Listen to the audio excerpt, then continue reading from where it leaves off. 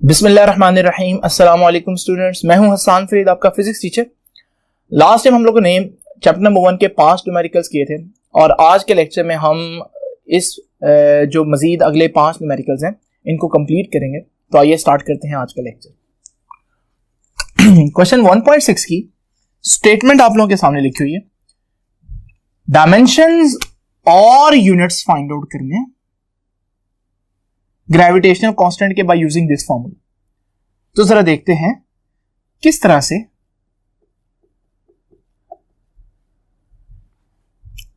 Gravitational constant का dimension find out कर सकते हैं। ये देखिए, जिस भी चीज की डायमेंशन फाइंड आउट करनी होती है सबसे पहले तो आपने उसको एक तरफ रखना है और बाकी सारी चीजों को दूसरी तरफ ले जाना है। तो आर का स्केल इधर डिवाइड हो रहा है, उधर जाकर एफ से मल्टीप्लाई होगा। M1 M2 इधर मल्टीप्लाई हो रहे हैं, उधर जाकर डिवाइड हो जाएंगे। तो ये हमारे पास आ गया G का फॉर्मूला। उसी फॉर्मूले से अब हमने डायमेंशंस फाइंड आउट करनी है G की। तो अगर आप G की डायमेंशन फाइंड आउट करना चाहते हैं तो फिर आप सब चीजों की डायमेंशन पुट करेंगे यहां पर। अब अगर आप लोगों ने डायमेंशंस वाला टॉपिक पढ़ा हो तो उसमें मैंने आपको सारी चीजों की डायमेंशन निकालना सिखाई थी। फोर्स की डायमेंशन होती है M L T -2। डिस्टेंस की डायमेंशन होती है L और स्क्वायर आ रहा है तो उसके ऊपर स्क्वायर पावर में। और M1 और M2 मैसेज हैं और मैस की डायमेंशन होती है M। तो ये हमारे पास सबकी डायमेंशंस सिंबल्स में पुट कर दी और हम लोगों ने स्क्वायर ब्रैकेट्स भी डाल दिए जो कि डायमेंशन की रिक्वायरमेंट है। ऊपर सॉल्व करते हैं अलग, नीचे अलग सॉल्व करते हैं जी। हमारे पास बन जाएगा M L और ये L का स्क्वायर, तो ये L क्यूब बन जाएगा। और T सिर्फ ऊपर है -2 as it is, divided by M into M M square. ये है हमारे पास। अब डायमेंशन ऑफ G कैसे निकालेंगे, इसको मजीद सॉल्व करते हैं। एक M ऊपर है, 2 M नीचे, तो हमारे पास एक M M से कैंसिल हो जाएगा, तो बाकी एक M नीचे रह जाएगा जो कि ऊपर जाकर अपनी पावर नेगेटिव कर लेगा। तो ऊपर रह जाएगा M -1। Then we have L cube and T -2। तो ये है हमारे पास G की डायमेंशंस। नेक्स्ट चीज वो कहेगा G के यूनिट फाइंड आउट करना। अगर आपको किसी चीज की डायमेंशन मालूम है तो उसके यूनिट्स निकालना किसी किस्म का कोई प्रॉब्लम नहीं। तो जरा देखते हैं जी यूनिट ऑफ G कैसे फाइंड आउट करनी। यूनिट्स ऑफ G, अब ये डायमेंशन है M, मैस है तो मैस की जगह किलोग्राम लिख दें, यूनिट लिख दें। L लेंथ है और लेंथ का यूनिट क्या होता है, मीटर, और वही पावर। और T टाइम है, टाइम का यूनिट क्या होता है, सेकंड। तो ये हमारे पास यूनिट आ जाएगी। तो डायमेंशन और यूनिट, अगर एक चीज मालूम हो तो दूसरी निकालना बहुत आसान है। जरा आगे बढ़ते हैं नेक्स्ट न्यूमेरिकल की तरफ। 1.7 कहता है show that expression VF = VI + AT। यह आप जानते हैं फर्स्ट इक्वेशन ऑफ मोशन है। कहता है साबित करें कि ये डायमेंशनली करेक्ट है। यानी कि डायमेंशनली करेक्शन कैसे हम देखते हैं, डायमेंशन कोई चीज कंसिस्टेंट है या नहीं। इसके देखने का सिंपल तरीका है कि आप लेफ्ट हैंड साइड की डायमेंशन निकालें और राइट हैंड साइड की डायमेंशन निकालें और देखें कि लेफ्ट हैंड साइड की डायमेंशन और राइट हैंड साइड की डायमेंशन बराबर आती है कि नहीं। अगर वो बराबर आ जाए तो हम कहेंगे कि हमारी इक्वेशन डायमेंशनली करेक्ट है। तो ये देखिए जी, इसका सॉल्यूशन देखते हैं। सॉल्यूशन भी कह सकते हैं, आप प्रूफ भी कह सकते हैं। लेफ्ट हैंड साइड से पहले देखते हैं dimensions of left hand side. Left hand side की डायमेंशन, लेफ्ट हैंड साइड पर क्या है, VF, इसकी डायमेंशन फाइंड आउट करनी पड़ेगी। अब वेलोसिटी की डायमेंशन क्या होती है, वेलोसिटी का यूनिट होता है मीटर पर सेकंड। तो डायमेंशन मीटर की जगह L और सेकंड की जगह T लगा दो तो हमारे पास डायमेंशन आ जाएगी L T -1। ये आ गई डायमेंशन लेफ्ट हैंड साइड की। अब जरा डिस्कस करते हैं right hand side. Right hand side की डायमेंशन क्या होगी, तो देखते हैं। राइट हैंड साइड पर क्या है हमारे पास, VI प्लस AT। इस पूरी चीज की डायमेंशन फाइंड आउट करनी है। पहले आप VI की भी डायमेंशन निकाल लें और A और T की भी डायमेंशन निकाल लें। लो जी, अब जरा देखते हैं। VI तो स्पीड ही है ना, इनिशियल स्पीड हो या फाइनल स्पीड हो, डायमेंशन तो LT-1। एक्सेलरेशन की डायमेंशन आपको सिखाई थी LT-2। साथ टाइम है, टाइम की डायमेंशन T होती है, तो ये बन जाएगा LT-1 प्लस ये T-2 और T जब मल्टीप्लाई होगा तो हमारे पास रह जाएगा T-1। तो आपने देखा कि राइट हैंड साइड पर भी हमारे पास LT-1 और LT-1 आ रहा है, जबकि लेफ्ट हैंड साइड पर भी हमारे पास LT-1 था। तो यहां से क्या साबित हुआ कि hence dimension of left hand side is equal to dimensions of right hand side. तो लेफ्ट हैंड साइड की डायमेंशंस और राइट हैंड साइड की डायमेंशंस आपस में बराबर हो जाएंगे। तो हम कह सकते हैं कि रिजल्ट क्या निकला कि जो हमारी इक्वेशन है VF is equal to VI plus AT, ये डायमेंशनली करेक्ट है। तो ये देखिए जी, this equation is dimensionally correct भी लिख सकते हैं और डायमेंशनली कंसिस्टेंट भी लिख सकते हैं। ये है हमारे पास। किस तरह से आप चेक कर सकते हैं कि कोई भी इक्वेशन डायमेंशनली करेक्ट है या नहीं। वैसे 1.7 के बाद 1.8 न्यूमेरिकल करना चाहिए, लेकिन बिल्कुल सेम आइडिया पर 1.9 न्यूमेरिकल है, तो हम इसके साथ 1.9 न्यूमेरिकल पहले करते हैं और फिर हम 1.8 को बाद में डिस्कस करते हैं। तो देखिए जी, 1.9 की स्टेटमेंट बिल्कुल सिमिलर है 1.8 के। यहां भी हमें एक इक्वेशन दी है, आइंस्टाइन की बड़ी फेमस मास एनर्जी इक्वेशन है, E इक्वल्स टू mc², और ये कहा जा रहा है कि E इक्वल्स टू mc² को देखो ये डायमेंशनली करेक्ट है या नहीं। तो पहले हम लेफ्ट हैंड साइड को देखते हैं। लेफ्ट हैंड साइड की डायमेंशन देखते हैं। लेफ्ट हैंड साइड पर क्या, एनर्जी। तो अगर आप लेफ्ट हैंड साइड की डायमेंशन देखना चाह रहे हैं तो आपको एनर्जी की डायमेंशन आनी चाहिए। अब एनर्जी की डायमेंशन आपको सिखाया हुआ है कि mL2T-2 होती है। स्टेप बाय स्टेप कैसे आएगी, इसके लिए आप लेक्चर को देख सकते हैं। डायमेंशंस का लेक्चर था, लेक्चर 13 और लेक्चर 14। अब जरा देखिए, राइट हैंड साइड की डायमेंशन देखते हैं। राइट हैंड साइड पर क्या है, mc² की डायमेंशन। इसमें से पहले आप m की डायमेंशन अलग कर लें और c² की डायमेंशन अलग कर लें। अब m क्या है जी, m तो है मैस, और मैस की डायमेंशन होती है कैपिटल M। c क्या है, स्पीड ऑफ लाइट, और स्पीड लाइट की हो या किसी भी चीज की हो उसकी डायमेंशन होती है LT-1, लेकिन साथ उसका स्क्वायर आएगा। अब जरा देखिए जी, राइट हैंड साइड की डायमेंशन बनेगी m L² और t की पावर -1 है, उसका भी स्क्वायर लेंगे तो t raised to the power -2। हमारे पास डायमेंशन इकट्ठे होकर बनेगी m L² T-2, और ये तो वही डायमेंशन नहीं जो लेफ्ट हैंड साइड की है। इसका मतलब यहां से हम कह सकते हैं कि hence dimensions of left hand side and right hand side are same. तो दोनों तरफ की डायमेंशन सेम है। तो हम कहेंगे कि ये जो इक्वेशन है आइंस्टाइन की, कौन सी equation, E is equal to mc², ये वाली equation it is dimensionally correct भी कह सकते हैं, लेकिन वो क्वेश्चन में यूज कर रहा है वर्ड कंसिस्टेंट, तो हम भी कहेंगे कि इसकी डायमेंशनली कंसिस्टेंट है ये इक्वेशन। हमने देखा कि किस तरह से ये तीनों जो हमारे पास न्यूमेरिकल्स हैं ये डायमेंशन से रिलेटेड थे, इसलिए इन तीनों को मैंने इकट्ठा किया। अब जरा देखते हैं 1.8 और 1.10 जो लास्ट टू न्यूमेरिकल्स हैं इस एक्सरसाइज के।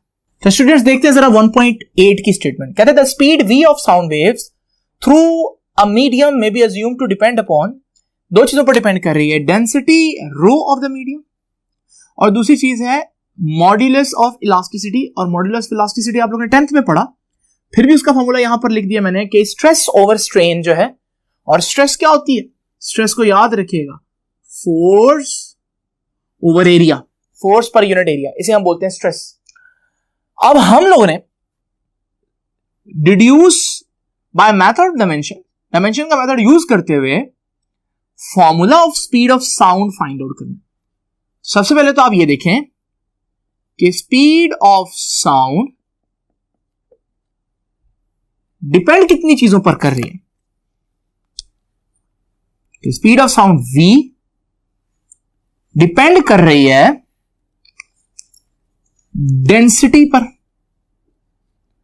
तो सपोज करें डेंसिटी पर स्पीड ऑफ साउंड डिपेंड कर रही है, लेकिन डेंसिटी की कितनी पावर, मैं डेंसिटी की कोई पावर सपोज कर लेता हूं a। इसी तरह speed of sound modulus of elasticity पर डिपेंड कर रही है, मॉड्यूलस इलास्टिसिटी e है और उसकी कोई पावर जिस पर वो डिपेंड करे मैं b लिख देता हूं। आपको पता है ये डायरेक्टली प्रोपोर्शनल को हटाऊंगा तो मुझे कांस्टेंट से मल्टीप्लाई करना पड़ेगा, तो डायरेक्टली प्रोपोर्शनल की जगह इक्वालिटी आ गई, साथ मैंने कांस्टेंट से मल्टीप्लाई कर दिया और रो की पावर a और e की पावर b। अब मैं जिन चीजों के साथ स्टार लगा रहा हूं इन सारी चीजों की डायमेंशंस आएंगी तो ये क्वेश्चन सॉल्व होगा। तो मैं इन सारी चीजों की डायमेंशन अलग-अलग फाइंड आउट करके इस इक्वेशन में वापस पुट करूंगा जिसे मैं इक्वेशन नंबर 1 कह रहा हूं। तो आइए सबसे पहले देखते हैं dimension of velocity. Dimension of velocity याद रखिएगा, वेलोसिटी की डायमेंशन होती है LT-1, ये इसका यूनिट है मीटर पर सेकेंड, वहां से ये डायमेंशन निकली LT-1 की। डेंसिटी की डायमेंशन क्या होती है, आपको पता है डेंसिटी क्या होती है, मैस ओवर वॉल्यूम। तो अगर आप डेंसिटी की डायमेंशन फाइंड आउट करना चाहते हो तो मैस की डायमेंशन फाइंड आउट करें, ओवर वॉल्यूम की डायमेंशन फाइंड आउट करें और आपके पास डेंसिटी की डायमेंशन आ जाएगी। अब मैस की डायमेंशन क्या होती है, m, वॉल्यूम मीटर क्यूब है तो अब मीटर की जगह L लिखेंगे तो ये L क्यूब हो जाएगा, ये डायमेंशन आ गई वॉल्यूम की। तो फिर हमारे पास फाइनल डायमेंशन क्या बनी, ML-3। लो जी, इसकी भी डायमेंशन आ गई। अब रह गया इलास्टिसिटी मॉड्यूलस, तो dimension of modulus find out करते हैं। मॉड्यूलस किसके बराबर है, जैसे कि मैंने लिखा स्ट्रेस ओवर स्ट्रेन। तो अगर आप फाइंड आउट करना चाहते हैं मॉड्यूलस की डायमेंशन तो स्ट्रेस की डायमेंशन से डिवाइड कर दें स्ट्रेन की डायमेंशन। स्ट्रेस की डायमेंशन वही होती है जो प्रेशर की है, क्योंकि फोर्स पर यूनिट एरिया और फोर्स पर यूनिट एरिया तो प्रेशर भी होता है। और उसकी डायमेंशन कितनी होती है याद रखिएगा, उसकी डायमेंशन होती है ML-1 T-2। डायमेंशन वाले आर्टिकल में हम लोगों ने सीखा है सारा। स्ट्रेन की कोई डायमेंशन नहीं होती, तो यहां नीचे कुछ भी नहीं आएगा, तो यही इसकी फाइनल डायमेंशन है।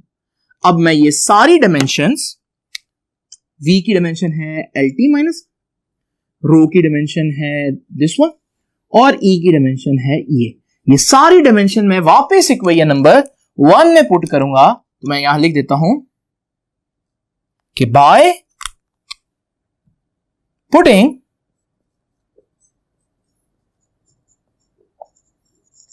these values in equation number 1। अब ये सारी वैल्यूज इक्वेशन नंबर 1 में पुट करूंगा। तो आइए जरा देखते हैं। ये है हमारे पास इक्वेशन नंबर 1। इक्वेशन नंबर 1 है जी v इज इक्वल टू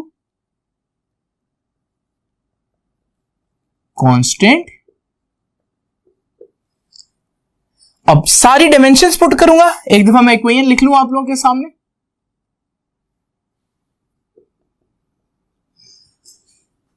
तो यहां पर मैं v की डायमेंशन लिख दूंगा जो कि मैंने फाइंड आउट की है LT-1। फिर आ जाएगा कांस्टेंट, फिर आ जाएगी डायमेंशन किसकी, डेंसिटी की। लेकिन जो भी डायमेंशन डेंसिटी की पुट करेंगे उसकी पावर a आएगी। अब डायमेंशन डेंसिटी की हम लोगों ने फाइंड आउट की है ml-3 और उसकी पावर a।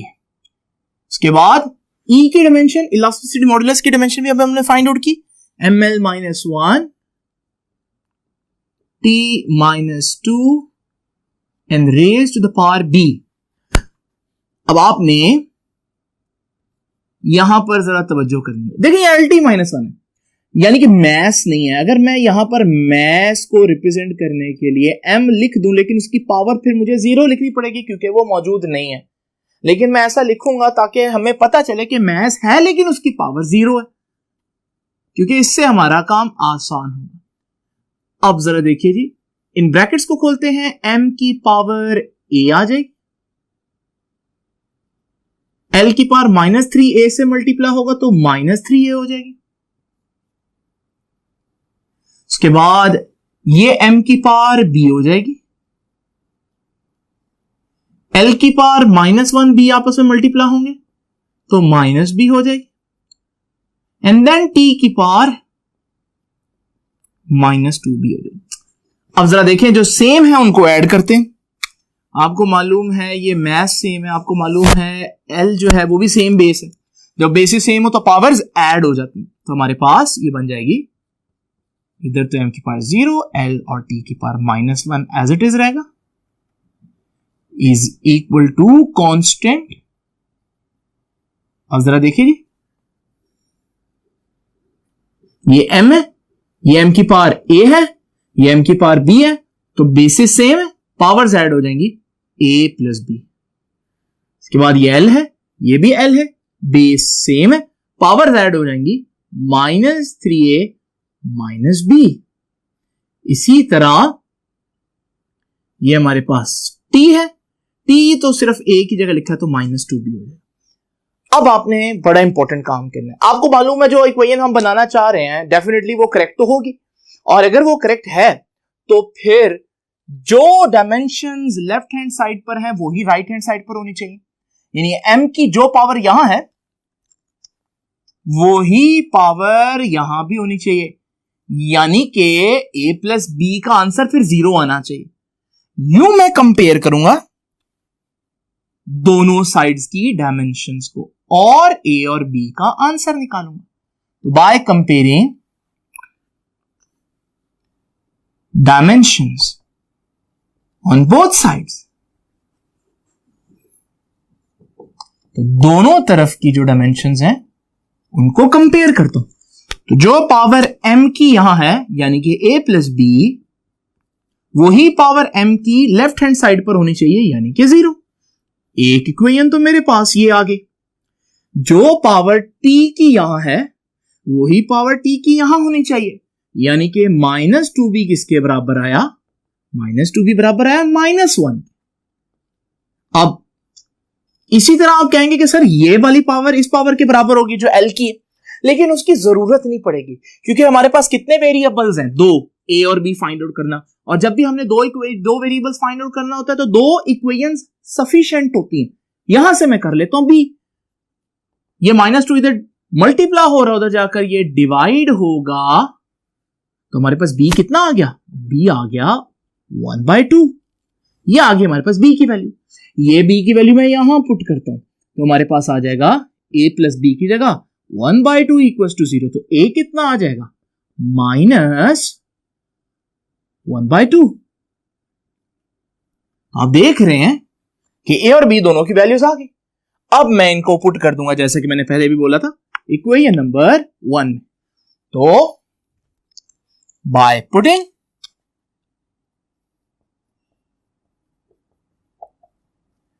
इन इक्वेशन 1, और इक्वेशन 1 थी v इज इक्वल टू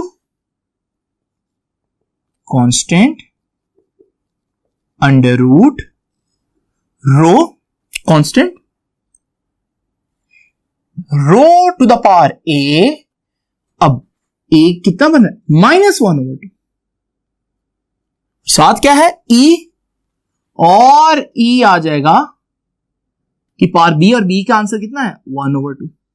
आप देख सकते हैं -1/2 डिनोमिनेटर में चला जाएगा क्योंकि पावर नेगेटिव है, तो e की पावर 1/2 यहीं रहेगी और रो की पावर नीचे जाकर +1/2 होगी। और आपको यह भी मालूम है कि अगर यूं लिखा हो जो पावर नीचे न्यूमरेटर ऊपर न्यूमरेटर में है वो ही नीचे डिनोमिनेटर में हो तो हम उनको लिख सकते हैं इकट्ठे। तो मैं इस पूरे को इकट्ठे पावर 1/2 दे सकता हूं, और 1/2 तो आप सब जानते हैं मैथमेटिक्स में अंडर रूट का दूसरा नाम है। तो फिर मैं ये लिखूंगा कि v is equal to constant e over rho, साथ 1/2 की जगह अंडर रूट। ये है वो final formula speed of sound का। और आपको याद है हमने पहले भी डिस्कस किया था कि ये जो कांस्टेंट आया है ये डायमेंशनल एनालिसिस से फाइंड आउट नहीं किया जा सकता। तो आप इस फॉर्मूले को एज इट इज लिखेंगे, इसमें कांस्टेंट की क्या वैल्यू है ये सिर्फ एक्सपेरिमेंट से ही जान सकते हैं। अब स्टार्ट करते हैं आज का आखिरी क्वेश्चन। आइए देखते हैं स्टेटमेंट 1.10 की। Suppose we are told that the acceleration of a particle moving in a circle of radius r with uniform speed v is proportional to some power of r से r raised to power n। जरा देखते हैं data जो हमें दिया हुआ है उसको एक्सट्रैक्ट करते हैं कि क्या इंफॉर्मेशन हमें यहां अवेलेबल। तो देखते हैं जी, ये देखिए पहली एक्सेलरेशन ये जो मैंने अंडरलाइन किया, acceleration is proportional to r raised to the power n। Acceleration r यानी कि जो भी रेडियस है सर्कल का उसकी किसी पावर n के डायरेक्टली प्रोपोर्शनल है। उसी तरह acceleration is proportional to some power of v। Acceleration velocity की किसी पावर m के डायरेक्टली प्रोपोर्शनल है। फाइंड आउट क्या करना है, जरा तवज्जो कीजिए।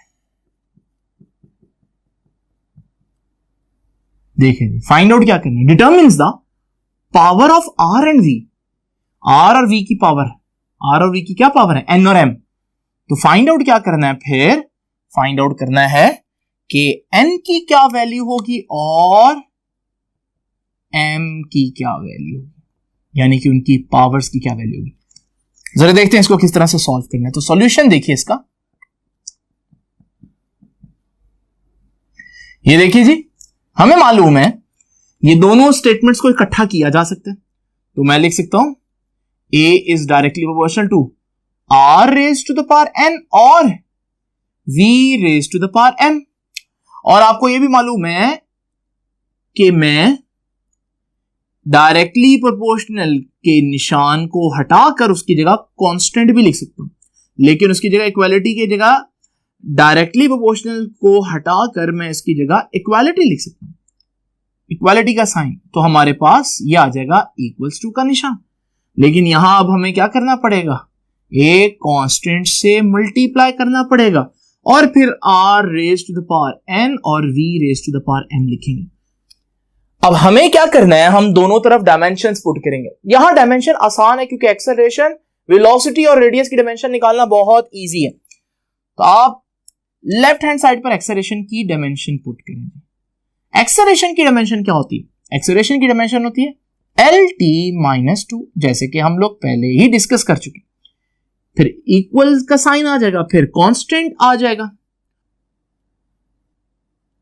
और फिर रेडियस की डायमेंशन, रेडियस तो लेंथ है तो उसकी डायमेंशन आ जाएगी L raise to the power m, और इसी तरह आगे डायमेंशन आ जाएगी v तो वेलोसिटी है, और वेलोसिटी की डायमेंशन होती है L t-1, क्योंकि इसका यूनिट होता है मीटर पर सेकेंड, और उसकी डायमेंशन के ऊपर उसकी पावर आ जाएगी। अब जरा देखिए जी, LT-2,